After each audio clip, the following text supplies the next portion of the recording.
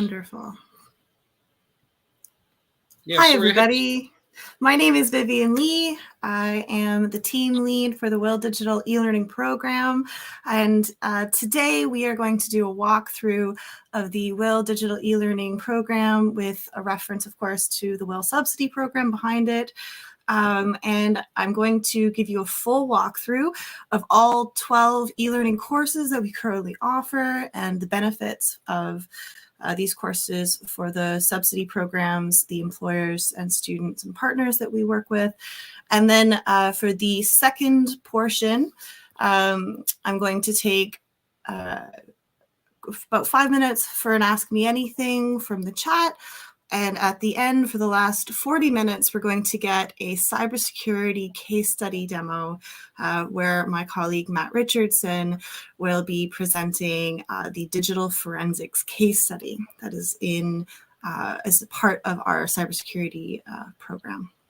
So really quick, for those who are already probably familiar with ICTC, so ICTC, of course, has 4 main sections. So we work with talented partners. We've got a fabulous research team that does research and policy and consultation for the digital economy of Canada. And we also have our talent program departments that provide inclusive, innovative, and employability potential building programs. This program in particular is part of the Work Integrated Learning, or WIL program. So ICTC's WIL Digital program is an innovative work integrated learning program that lets employers grow their businesses by hiring post-secondary students under a wage subsidy. In BC, there is a special wage subsidy top-up of 25%, up to a maximum of $2,500, which is, of course, on top of the WIL Digital program that is funded by the Government of Canada. So today I'm going to talk a little bit about the courses themselves. So the WIL Digital eLearning program allows students in work placements to cultivate employability skills in 12 critical sectors of the Canadian digital economy, including practical subjects like fintech, cybersecurity, e-commerce, accessibility, service design, etc. So each micro course takes about 1 to 2 hours a week for up to 12 weeks and provides professional development opportunities for students to extend their skill sets and build their portfolios to meet the needs of their employers.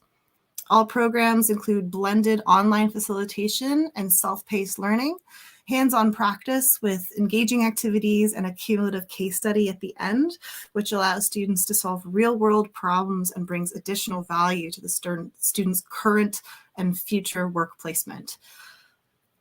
The WIL eLearning courses are online, they're industry-driven, and they aim to fill the gaps of foundational knowledge for students who have just gotten their first job or co-op experience in the field, of course, within the digital economy of Canada. Our courses empower students to engage industry knowledge, develop problem-solving skills, understand the culture of work. Something really critical to note here is that we have a standardized structure for our curriculum, which allows students to take multiple courses at the same time, so that all of our courses follow the academic calendar of the post-secondary sector. They are integrated with formative and summative assessment elements, so that could be low-impact quizzes, small interactive elements, Padlets or online live discussion forums, and then lunch and learns with subject matter experts, check-ins with facilitators, and in some cases, we even go as far as to provide labs or tutorial walkthroughs for some more of our heavier, harder tech curriculum. So what are the benefits for the employer? So they're designed, the e-learning courses are designed to provide orientation to students to the industry. So students learn about the work of their colleagues, the jargon used at their work, the culture and practices, as well as the current topics of conversation. This definitely saves time from an employer's perspective to allow for some of that foundational training to be done in an asynchronous way, reducing the human capital costs on the employer, and also allows students to be more productive earlier on in their placement.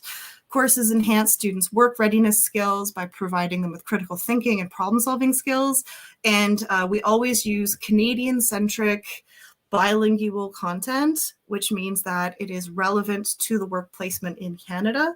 And we incorporate a lot of our research from our digital think tank team as well to provide additional layers of neutral research.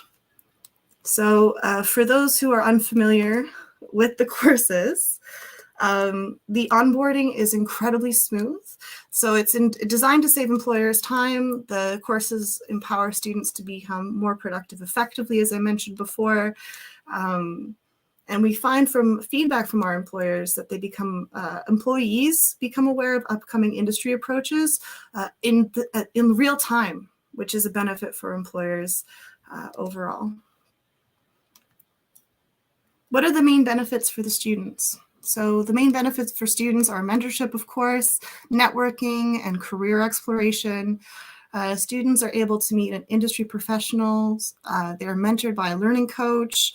They can also meet with other students from across Canada. In this semester alone, we have over 500 students from across the country engaged in e-learning currently as we speak. We have a huge opportunity for students to report how they're doing. There's a live feedback element for the students and, of course, for our facilitators who are dedicated to the curriculum.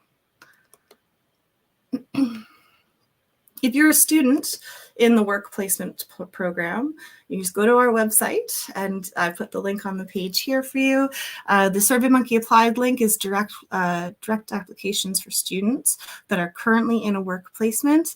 And I'm also going to provide you with an overview of when the next courses start so that you can apply as well.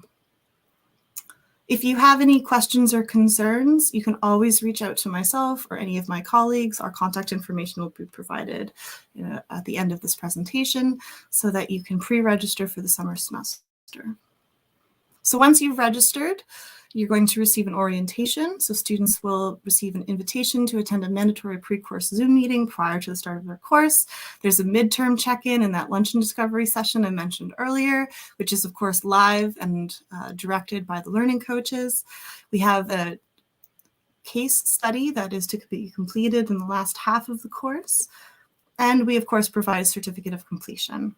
So students will receive a certificate of completion and an employability resource that was cultivated in partnership with our research team to provide them with up-to-date information about their field.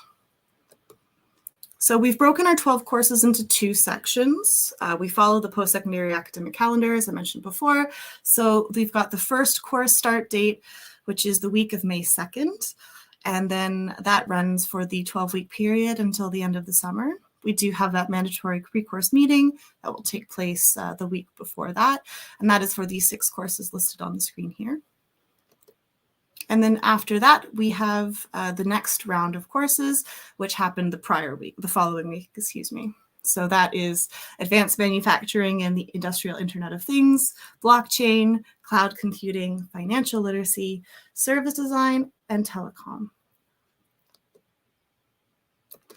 So I'm going to talk a little bit about each course and how they're relevant and how which courses would best suit different companies and industries that are partnered with us. So I'm going to start with cloud computing. So cloud computing, of course, we talk about cloud native application development, cloud economics, business applications, societal impacts, and always we provide a Canadian context with career opportunities. This is really ideal for those who are studying or working in software application development, research engineers, software engineers, cloud architecture, etc. and it's great for businesses who are in SaaS or PaaS or virtualizing servers, storage or networks, especially for those businesses that are interested in migrating from a physical server to an online cloud-based software system. This is a really excellent foundational course for this topic. Another topic that's very top of mind in the Canadian sector these days, it's Telecom IoT and 5G course. This was designed to give students an introduction to telecommunications with a focus more on the future-centric aspects. So that includes 5G opportunity, business applications, future-focused Canadian context and policy, and of course the ethical and environmental impacts of telecom in Canada. It's really important for us to focus on the integration of telecom into our homes using smart home devices and appliances, and then looking forward towards automation, satellite-based internet, and national digital divide issues with regards to access. Another new course we are currently offering is our blockchain course. So blockchain is with regards to financial services, of course, with a focus on cryptocurrencies, decentralized finance, and NFTs. This is a very popular course, as you can imagine. My personal favorite element is the focus on self-sovereign identity and depersonalization, or decentralized internet elements. And the elements are really good for companies who have businesses that are involved in blockchain integrated industries, especially within the financial sector. Another really popular choice is our service design course. Topics, of course, include management of innovation, discovery, ideation, prototyping, and how to implement prototypes. This is a really popular course for those who are studying in marketing, entrepreneurship, developers, anything within the innovation sector that want to apply a human-centric approach to their prototyping. This is also very, very popular for those who are doing app development and, of course, web development. Another new course that we're focusing on this semester is financial literacy. So this is using a game-based software that was developed with rural and remote economies in mind, with a focus on northern communities in Canada. So it uses a general store game that allows students to make decisions about the use of funds and, of course, personal versus business financing, looking at managing revenue and risk, looking at managing purchasing. And this is great for especially small to medium-sized businesses that are looking to expand their retail and commerce industries. Another course that we're offering this summer is our Advanced Manufacturing and Industrial Internet of Things course. So this focuses on data collection, so looking at how the Internet of Things is incorporated not only on a personal, smart home level, but also within the industry. So looking at large-scale mechanical and factory-based industries. Career perspectives in this is exploding according to our research these days. Smart technologies and robotics, mechatronic engineering, and big data are massively booming elements. A personal favorite of mine is this course. It's called Accessibility in Tech. This was designed with a number of national partners, including March of Dimes, the Canadian National Institute for the Blind, and about a dozen organizations contributed to this course. They will be given a lesson on what is disability and given a history of the legislation and accessibility within a Canadian context. They will also be given a list of vocabulary and terminology explaining what is appropriate to say and not say. They will be given exposure to current uses of accessibility in tech with a central focus on virtual work. It's really important that we continue to evolve our accessibility policy towards an inclusive-oriented virtual workspace, which is a reality for disabled people or people with disabilities, and looking at exploring the emerging technologies and careers that are encompassing this booming sector.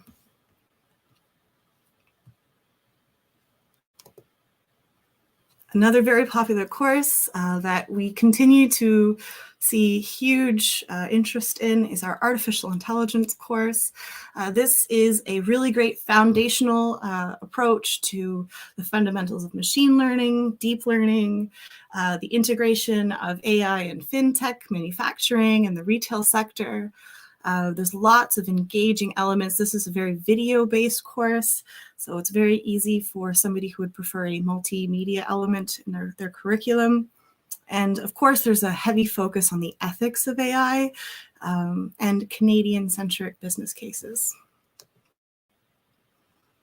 Another course that we offer is the Big Data Fundamentals and Impacts course. This course is designed for students that are interested in developing fundamental skills on the subject of big data. This course serves as a source of knowledge of big data technologies and their current impact for companies around the world, and especially in Canada.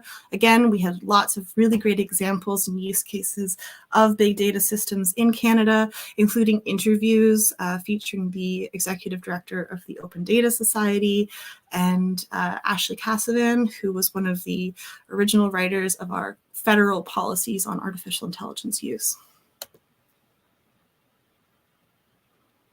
Another great course we offer is our cybersecurity course.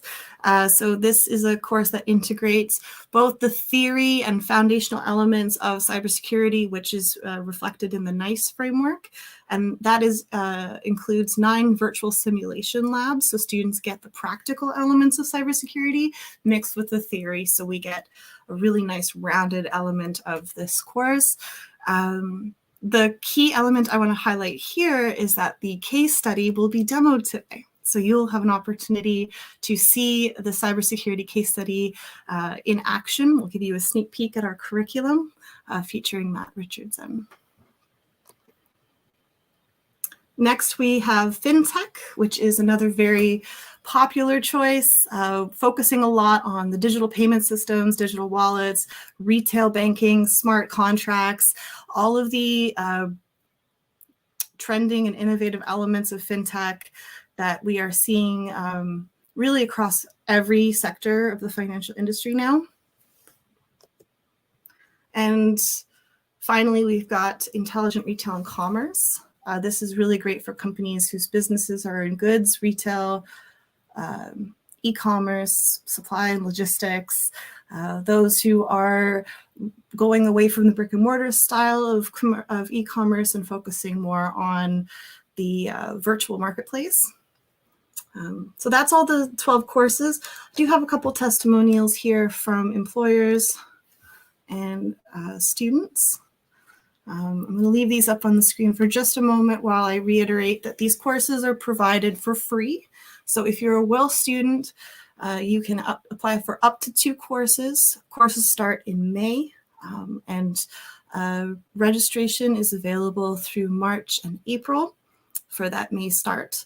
The courses are 12 weeks in length, and they are primarily asynchronous, about 1 to 2 hours a week. So if you're a student in a work placement, you could easily fit this into your lunch break and find an opportunity to cultivate more of that skill set, more of that foundational knowledge for your current and future work placement. If you have any questions regarding our programming, you can always email us at WIL_models, MODELS, at ictc-ctic.ca. And again, my name is Vivian. Thank you very much. So at this point, I'm going to open it up for questions before I move on to our case study.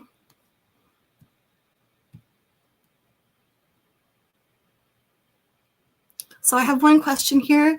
What is the application like, and when is the deadline to apply for the summer semester? So we take applications all the way to the beginning of the course, so that would be the first week of May, and you'll have the months of March and April to apply. So that link is on our website. It is accessible, and it will be shared directly with all of our WIL employer partners as well to encourage them to get their new employees to sign up. The application is a straightforward online form, nothing crazy. I've heard that it is relatively painless. And if I don't have any other questions at this time, I'm going to flip to the second half of this. Just one moment, please. And at this time, I'm going to ask that Matt Richardson join me.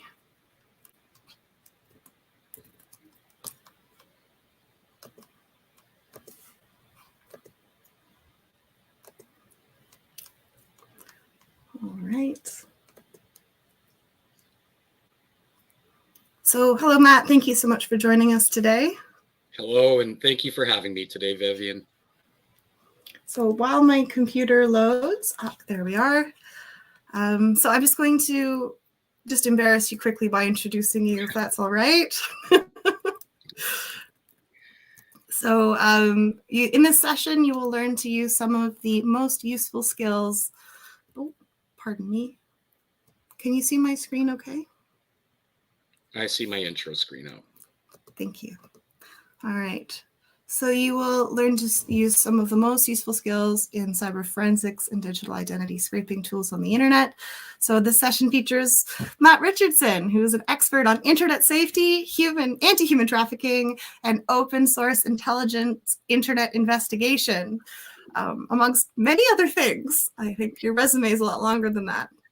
So you're an advocate for online safety, precision online recruiting tools used by employers. And in this session, you will guide us through the steps of sourcing our digital footprint profiles, demonstrating the strength of internet search engine. So by the end of this session, we should all, we should all be able to create a simple digital identity profile of you and walk away with the tools to demonstrate basic digital identity forensics for any future employer.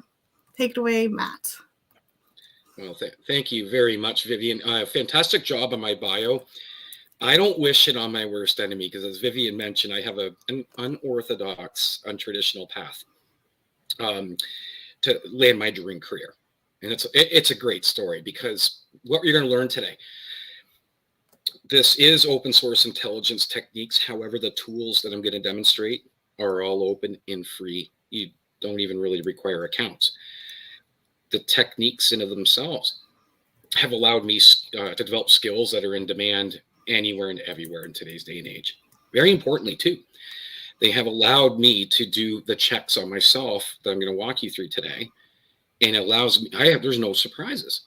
I know exactly what's out there about me at any given moment. I've never had anything to correct. Of course, I grew up before the internet age. If I did, I'd have the opportunity to fix it. Knowing full well what's out there about me allows me to craft an image, build credibility, and demonstrate key character attributes that help me make positive impressions with employers, clients that come to me. If I were to ask Vivian, did you look me up online at all before you decided to reach out, or Kayla? The answer is yes. If they hadn't, I wonder why. Because I do the same. It's a tremendous opportunity. A new skill for most of us that is in high demand, that regardless of what your definition of happiness looks like. What is your dream career? Pro athlete? Do you want to get in the entertainment industry, act or sing? Would you like a job with a great company? Or would you like to get admitted to the school of your choice? All of those are very competitive things. If you take what we do in this case study and take it seriously, you will learn how to run a professional audit on me. You will also know how to do your own background checks. And you can also repurpose the same skills to improve your research, academic, or if it's in the workplace. It is a multi-dimensional skill set that I use every day of my life. I find with little practice, it becomes ingrained and intuitive, and I don't have to spend money or learn any advanced or complex technologies. Literally, I do most of what I'm going to show you. I can do it on my phone on a coffee break. I have kids at home and stuff. So sometimes I have a 10-minute coffee break and I can get a lot done with the techniques you'll learn today. But when I think about it, knowing what I'm going to show you allowed me to create that ever so crucial first impression.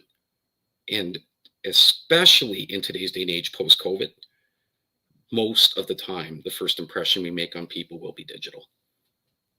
So it's a matter of thinking, like in 1997, when I was coming of age, my resume, this is the digital 21st century resume. It is the first impression. It will open doors. It's a great story. It's good news. It will help you forge the path forward that's right for you. Even if we have disadvantages, I myself had some.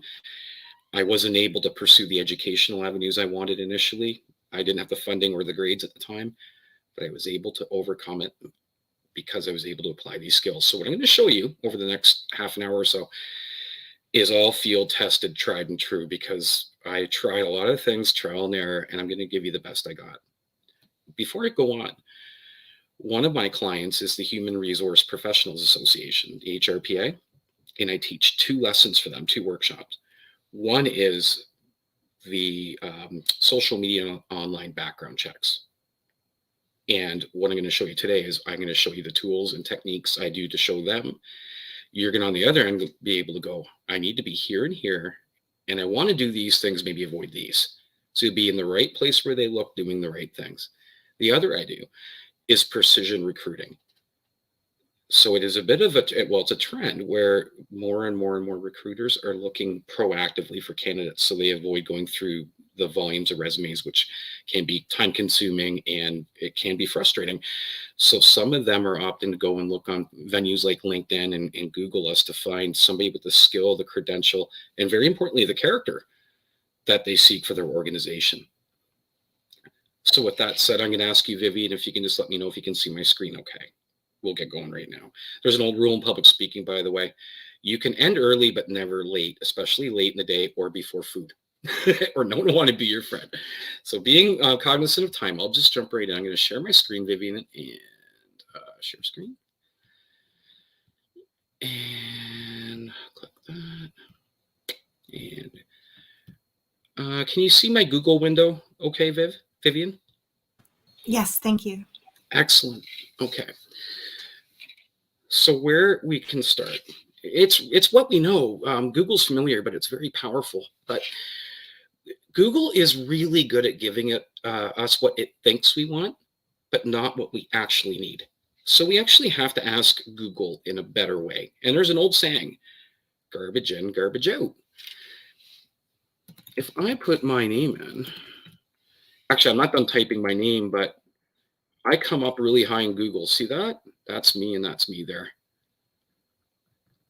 And I have a very common name. So these techniques I'm showing you do work. You will grow your footprint. But if I look up Matt Richardson, just my name, there are almost 63 million hits or results. Do you think I'm that famous? Of course not. Actually, a lot of them are this fellow. He's a comedian and he's on the X Factor UK version. But the name of the game with Google is exclusions. So it's excluding irrelevant results, but you don't want to exclude what is relevant. If I am, just by introducing quotes within my name, it locks it in as a phrase. So if I put in Matt Richardson, it's saying, give me anything that says Matt or Richardson, either or. This means it must be exactly as it appears in those quotes. And I'm down to 235,000. That's a lot better. It's still too much. So where we begin to introduce, it's called Boolean Search. That is the technical name for what I'm going to show you an introduction to. In the industry, we call it Google dorking or Google hacking. This is actually a pen testing as well, by the way, skill set. It's been repurposed for running personal online checks on ourselves. But if I put in like something I'm known for, like I like to put in a location. I'm down to just over 5,000 results. So now I'm starting to get somewhere. If I look here, these are all me. We're getting somewhere now, but it's still a bit much. Not all those would be me. And among those that are, there would be duplicates. The same piece of information 7 times spread over like 6 or 7 or 8 Google search pages. And that's a lot of work to go through them manually one by one. So let's narrow it a bit more. So the recipe I'm using before you see, is my name in the city I'm known for, and that's easily discovered. It's on my resume and it's all over the internet. One thing I'm known for, internet safety, 461. This is mostly me. Now, I have the comedian, and that isn't me. So if I want to further refine, I can go minus comedian and drop it, see further, 306. So now what I'm looking at here, everybody, is I'm saying to Google, I want everything with Matt Richardson. And it has to have Belleville or no result. It has to also have internet safety or no result. And it cannot say the word comedian because I'm not known to be a funny guy. I think I'm kind of funny, but not famous for it. I'm also known for topics that include human trafficking.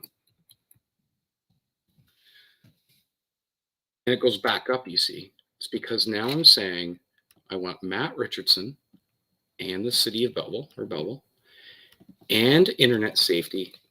Or if it doesn't have internet safety, but it has human trafficking in it, it's a go. I want the result, but I don't want anything that has comedian. And that's what a good search looks like. We're being very specific. It must say this guy's name, his location, a topic, or something he's known for. But if you're like me and you have a common name, you might put minus comedian, minus football if it's a football player, minus hockey if it's a hockey player. So you'll start to pull them out and start to beef up or build up your results. So for simplicity, I'm going to back it up just to here. These are me. 461 are mostly me. There's some with the comedian, but you'd have to go deep. These are all me. And I'll go through a couple pages. Most of us admit we don't go through them all. It's very time consuming. But I do check the images because the images result, some of the image results come up higher than the text-based one. So like this is a teddy bear picnic fundraiser I did commemorating National Missing Children's Day. And it was a fundraiser for the Children's Safety Village in Belleville where I do some pro bono work. That's not really high in my Google search, but when I click the Google image, it's at the top line. So I don't skip that step. And it pulls all sorts of things that don't come up really high on the other. And I do click the videos link. And there are some videos that I'm in based on projects that I did. So these are good results.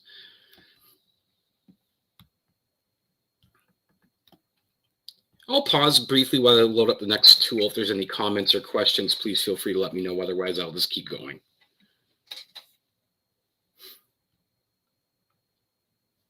Actually, I'll do this one at the end. It is always a good idea to do the same search in more than one search engine. And the reason for that is search engines have different content libraries and they crawl them differently. They have a different algorithm. So I always do more than one. Bing, Yahoo. I've picked a few you might not know as much about today. One is called Dogpile, which searches, I believe it's something like 7 different search engines. It's multiple ones, and it will pull the results and aggregate them into one search.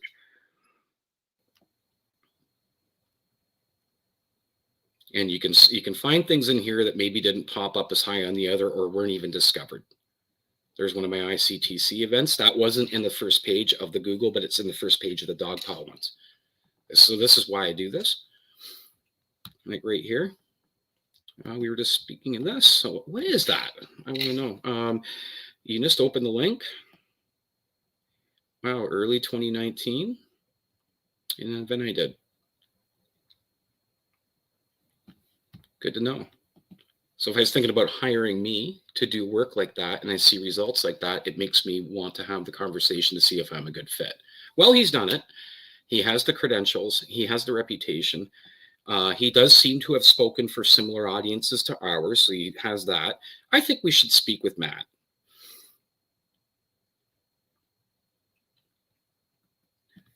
Now, DuckDuckGo is the private. This is a privacy conscious one. So unlike Google and other search engines that collect our data, they know what we search and they send us the ads. I'm sure you've had that happen. if your foot hurts and you're looking for some type of cure for it and you Google it, then you're getting banner ads for remedies for foot conditions. DuckDuckGo doesn't do that.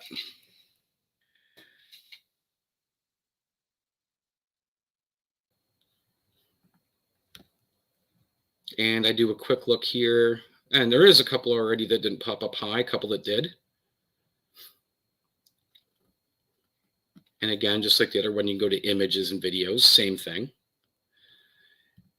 I'm using the same search string and getting different results. So there are a lot of search engines. I wouldn't suggest do every one of them, but pick a few different ones and try the same search and see if you find anything that you didn't in the other. One more time, if we're not using Boolean search in our search strings or our questions for the search engines, we're really unlikely to get what we want to see. And even if we do, we'd have to spend more time than most of us would have going through multiple pages. If we ask the question the right way, example being the right keywords with these and operators or the ors, the quotes, we really help Google and other search engines refine what results we get. Quick note before I move on. The and, as well as the or operator that I showed, we have to be uppercase because we write lowercase. Search engines tend to think of it as a word, but when it's capital, it tells it that's an operator, meaning a criteria for the search. Some of them like to use pluses and minuses instead of ors and ands, but the logic remains. Quotes lock in the phrase, ands and ors, tell it what to include, and by putting minus, e.g. comedian, what to exclude. So we get more information and better information far quicker. Literally, what I hear from my students, I teach at Loyal's College in Belleville, Ontario as well, is that what used to take them an hour or more takes them like 10 minutes now. So they've looked me up, they've done this and looked themselves up, but now they're also using this for academic and professional research. Maybe it's not my name. Maybe it's top 10 cybersecurity trends in 2022. You can ask the same question the same way and get the same result, better information and quicker. I'll pause before I go. There's a tool I'm going to introduce. It's called Clustering Search Technologies, and it's really one of my favorite go-tos. But before I do, if there are any comments or questions before we move on.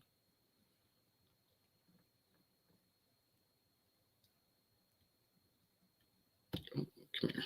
Okay. I'm actually going to use the same search in Carrot. What Carrot is, it's called Clustering Search Technology. And it groups findings based on our search into categories or themes. So you'll find on a half of a page what would be spread out over multiple pages in a traditional search engine.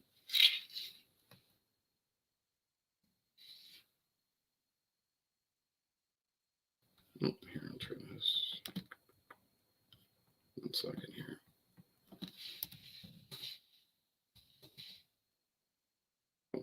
It's having a bad hair day. Once in a while it does this. That's embarrassing. I can't help it, but I'll try again.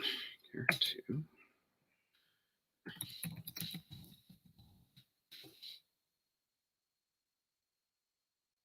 Okay, there we go. So you see it sorts the group though into categories. You click on any one of these. Over here has top hits, X Factor, British TV. And if you just click on it, it automatically opens in a new window. And on my results, that would have been spread out over a number of pages. I want Belleville.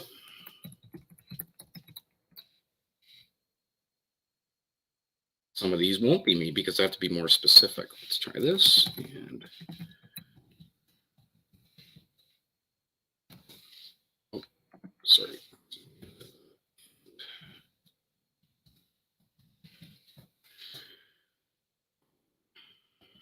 Try one more time here.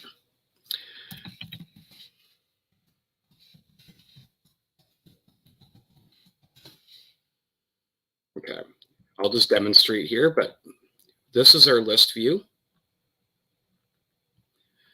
We can get a tree map, which looks something like a panel window, but my favorite view is this pie chart.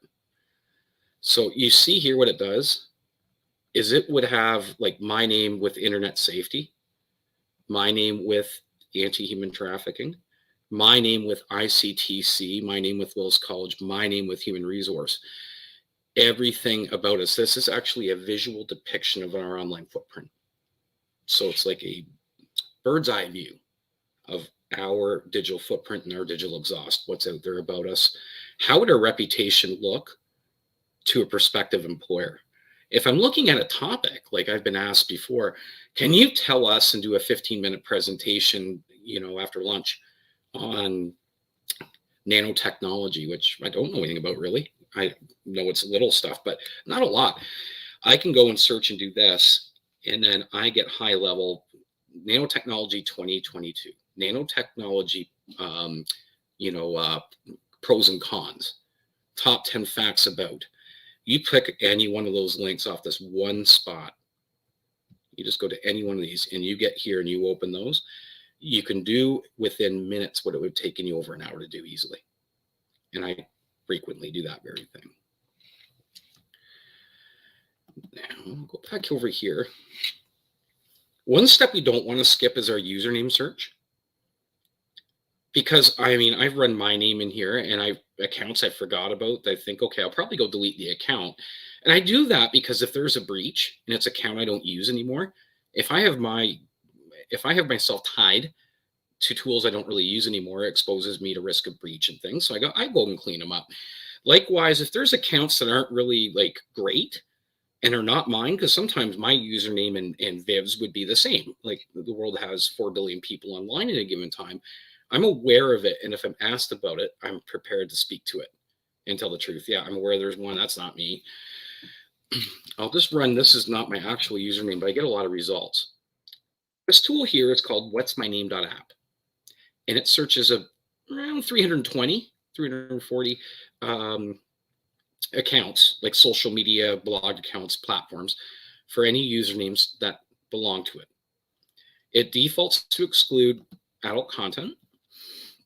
You can see here, it's defaults to that, but I can go in here and see accounts that have that username.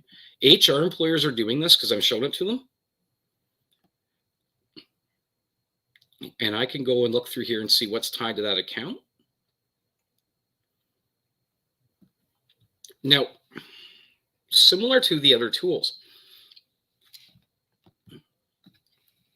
I usually run through more than one because some tools will find things, the others don't. So this particular one is my favorite, but for some reason it doesn't find Instagram accounts. And for reasons like this one checks 90, the other one checks more, but they check differently. So I always just do more than one.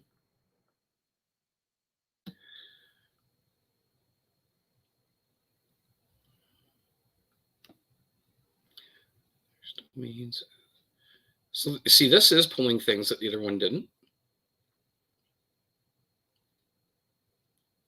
And, if I have a username for an account that I want to be private, it doesn't mean it's bad. Like, let's say I have a personal family only Instagram account. And I think, well, it's not like I haven't put my name on it, probably won't get found. But if you have your username on other accounts, like your LinkedIn, might even be your email, the part where go Matt Richardson 78, drop the @hotmail.com and they search the beginning part, because a lot of us recycle our email into our usernames, and they'll search here and they can find accounts that we didn't think would be found. So I run this stuff on myself because I got nothing to hide, but I like to know what's out there. It's really important. And I like to, if there's anything like, oh, I didn't realize that there's an account there, I'm never surprised by anything. A really, really fantastic tool.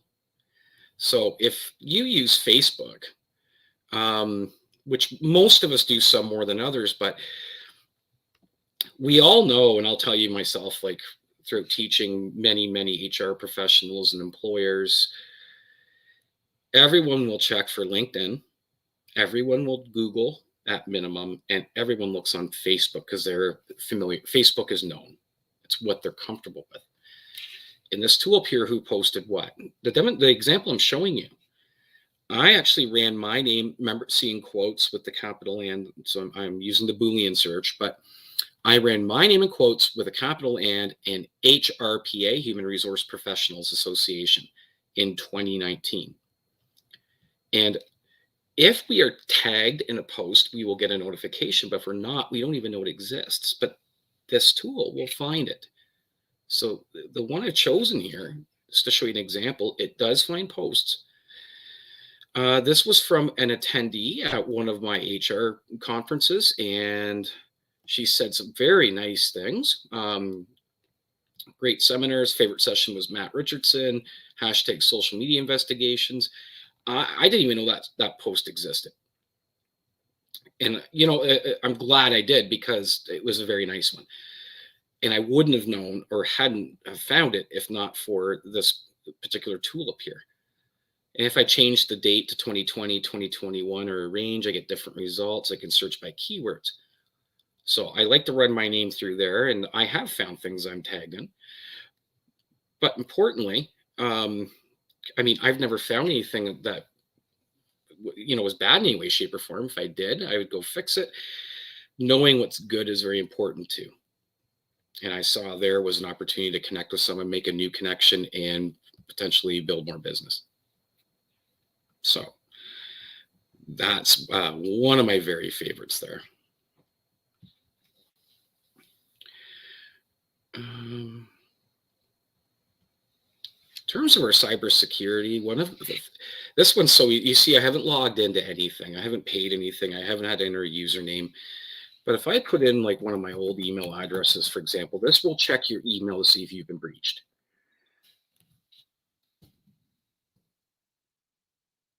And I have a few emails, I run them in here. And in this case, I've been pawned. And here's where. So in other words, LinkedIn, Adobe, that doesn't mean I did anything wrong.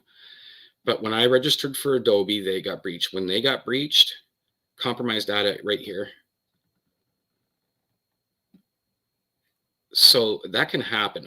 And how do you fix that? So what I say to people is, well, make sure you're running doing, I call it, I don't know, every 4 to 6 weeks, I call it a cyber hygiene check. What's the exhaust, digital exhaust? If you found that this popped up, I mean, immediately change your password. If you haven't yet enabled two-factor authentication, meaning you need both the password, but you also need like a code that's texted on your phone, or you can't get in. And that's only on the first time on a new device. And that solves a lot of issues. Password strengths another, but here's one right here. The other thing I've had people ask is, well, what do you really do? Because I mean, we all have accounts. I actually have an email that I use just for accounts, and all the spam and stuff will go to that, not my main email. And if there's ever a breach, there's absolutely nothing sensitive or personal in it anyway. Speaking of passwords,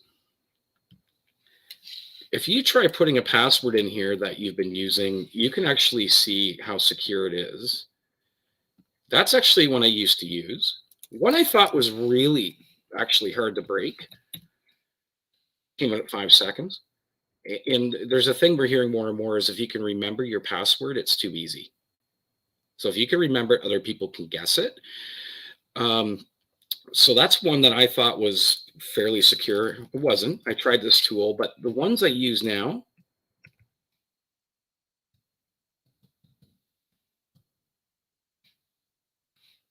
I'm not remembering this. I have a password manager, and there's a lot of those. That's another topic. But there are tools out there that will auto-generate passwords and store them for you securely that you don't have to remember, that are literally impossible to guess. I would never recycle our passwords or reuse the same ones. Always use complex ones. And the human mind, I can't remember 9 different passwords, even if they're easy, let alone if they're random and long. Password manager tools are worth looking into. That's how I manage mine. That's what I recommend. And I mean, we're coming toward the home stretch, but I'll just wrap up with my LinkedIn. looking at all these, these tools and techniques, you should like practice on me. You would be capable, as mentioned at the beginning, of preparing an accurate profile of me based on my online image and brand.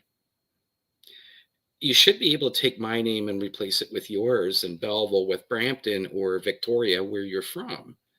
Maybe something that you're known for different from mine. You can do the same audit. Spot any weak points, fix anything you don't care for, and identify, hey, where can I be more active and how can I be better at doing it with these techniques here without even creating an account. My first point of entry is my LinkedIn. I consider it to be a must as professionals. And if you land on mine, everything you see here, likewise, if you Google me, is carefully curated. The impression that I seek to make, everything I do online is consistent, carefully thought out, all to support the brand, the image that I want out there, so that I can get the contracts, the clients, and the jobs that I've always aspired for. And I will stop sharing now, and I'll come back over. Vivian, I think I heard you unmute. Yes, we have a couple questions. So question, I think, which is probably the biggest one. If you're looking to start a career in cybersecurity, where is a good place to start? If we're looking to start a career in cybersecurity, where's a good place to start? So I personally did it, and I pivoted from a non-tech background. I began to connect with industry experts largely on LinkedIn. I thank them for connecting, set up calls with them. It's pre-Zoom, it was just phone calls. I began to reach out, and I joined networks and communities online that are cybersecurity and infosec. I'm intelligence. So I began to join the communities, and I learned a lot. Right, here's a new tool, here's a new technique. Hey, there's a webinar with an influential member of this, industry coming up. I constantly was learning from them, making connections with them. So I networked in that regard. But very importantly, the other is programs actually like we have here, Vivian, where you can get in, even with an unconventional background, and learn and gain credibility in the industry, learn key skills. And by the way, very timely, because what we're doing here is like as timely and current as it gets. So I would say learn and network and connect with others, and showcase your learning and your growth on the LinkedIns and online, like I did with mine. Because when people look you up, they go, wow, that person is intellectually curious. Look at this project they did. Wow, they thanked Vivian for a great workshop. That's character. I like people like that on my team. That's how I would do it. Thank you. Another question, could you expand a little bit on what OSINT is? OSINT is open source intelligence, and that is the art of intelligence and investigations leveraging only open and publicly available information. So there's no hacking. Black hat is a term used in programming and hacking circles. There's no hacking. It is being very good at finding open and public info, even if it's obscure, old, or hard to find. OSINT's the art of finding it. Great.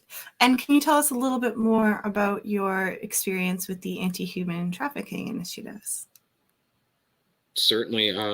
My role with them is I'm the director of intelligence and investigations. For around a year and a half, I've been doing investigations pertaining to human trafficking and online predation using OSINT, and one of my side specialties is darknet intelligence. But we work with a variety of departments, including the financial industry. We have crypto tools and experts in-house. We do forensics on that, dark web, cyber, and digital. We have a team of OSINT expertise as well. We essentially work to help make our community safer by trying to reduce the threats from human trafficking and online exploitation. Awesome. Another question for you. What happens if you find something? Oh, this is a good question. What happens if you find something you don't like in your digital footprint? What is the best way to go about removing it? That's actually a great question. First of all, I'm 43 going on 44, okay? I did not come of age in the internet era. When I made mistakes, Vivian, do you think I've ever made mistakes? Never. Never. Well, here's an earth shaker. I did, but guess what? They stayed in 1991, 1993. there wasn't a permanent record of everything I ever did, good, bad, or not. It's harder now. So for those of us that are coming of age in this era, people like me and my age, a little younger, but older, that make decisions on hiring you, we are completely we acknowledge and we understand it's really hard to come of age in any decade, but you have not had this easy. Plus, many of us have teens and young adults in our lives who came of age and they made mistakes and they're amazing people. You're not going to pay for the mistakes of the young person, provided clean it up and delete it. It is technically always there, but it gets really hard to find. Your average HR person won't find it. If they did, who cares really? Because if they see that this person had a rocky year, but all of a sudden you learned from it, you became positive and professional, became a better person, that's called a pattern of good behavior, and it's called personal growth. You're not going to be losing out on opportunities for the old mistakes. Delete anything you do not care for. And if you haven't yet, begin doing the good, positive, kind things. And it's all okay. So how do we go about removing that digital footprint, though, from a Google search engine, for example? Google's harder. Let's start with what we can control. So if it's posts on our social media, clean them up. If you haven't done it yet, really have a look and decide who do you want in your social media if you use it for personal things. I have 12,000 friends on my Facebook. Do you think I have 12,000 friends in real life, Vivian? Or not? I'm going to say probably not. No, I don't have, it's 1,200, I think. I don't have 12 friends. I don't have 6. Like, I mean, I have a really small inner circle. Most of you probably do too. You have a couple family members, a couple really good old friends. But if you're using it for more personal sides of you, go through and do an audit and pull people out that you don't know or you haven't talked to them in like 9 years. Or separate it and have if you want a public one that can be discovered, make it clean, professional, pristine, and lock down your old one. And one piece of advice, if you really want to have a private Facebook and Instagram or any TikTok, it doesn't matter, don't reuse usernames. Never reuse a photo that you have on account that you want private because it can be reverse image searched. Don't recycle your bio line because that could be reverse searched. If you want it private, a unique picture, a unique username, and a unique bio line, because even private profiles, you can see those things. So that in right there is what I do. Simply delete and then go back and go, okay, I'm going to audit my accounts and decide who do I want in and do I need another one? Okay, I've got Matt's Instagram professional. My private Instagram might have like 17 people in it, but separate the two. Okay, well, thank you very much for your wonderful demonstration today. I learned a lot. I just wanted to just go over a couple of the critical tools that you implemented here. So the first one that you went over was how to use a Boolean search method. We reviewed alternative search engines like DuckDuckGo and Dogpile. And then I really appreciated that you included a reverse image search on Google. Carrot2 is a great clustering tool. Thank you for introducing us to that. There's the whatsmyname.app. And I even threw a name check, which is featured in the full cybersecurity case study, the whopostedwhat.com resource for Facebook posts, and the haveibeenpwned.com, which was really exciting to review and a good reminder for all of us of what we need to do to keep our passwords safe on various apps. So just quickly to review for everybody. So we hope you can take the tools learned today from today's activity and strengthen your current and future employment prospects.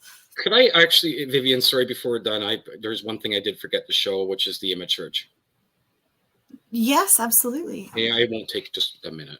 No problem. I missed it because I had to open in a different tab. So I'll share my screen super quick. I will make sure that goes up for you. So we just have 2 minutes before our time slot is up. Yeah, I've got it ready here. right here. Okay, can we see that? Yes. This is actually, I decided to use Google because it's not a fancy tool, but there's my bio image that you see before you at the beginning of today's session. And just by going to images.google.ca, it's just a part of Google, you'll find sort of similar ones. I'm guessing I lost Harry because it thinks I'm Howie Mandel. I love Howie, but it pulls up things including like an old Air Force one I did. So that's why when I say if we want private profiles, even if it's an image on the bio and you can't get to my private account, it will link to anything you've used it on before. And that's a powerful, and I apologize, I meant to show that earlier. Thank you. That was really great. Awesome. Well, thanks everybody for your time today. We don't have any more comments except some appreciating comments from our chat here. So thanks. I want to thank Matt again for your participation at our webinar today, and from everybody at ICTC. Good luck to any future WIL students on their careers in cybersecurity. Thank you very much, everybody. Thank you, everyone.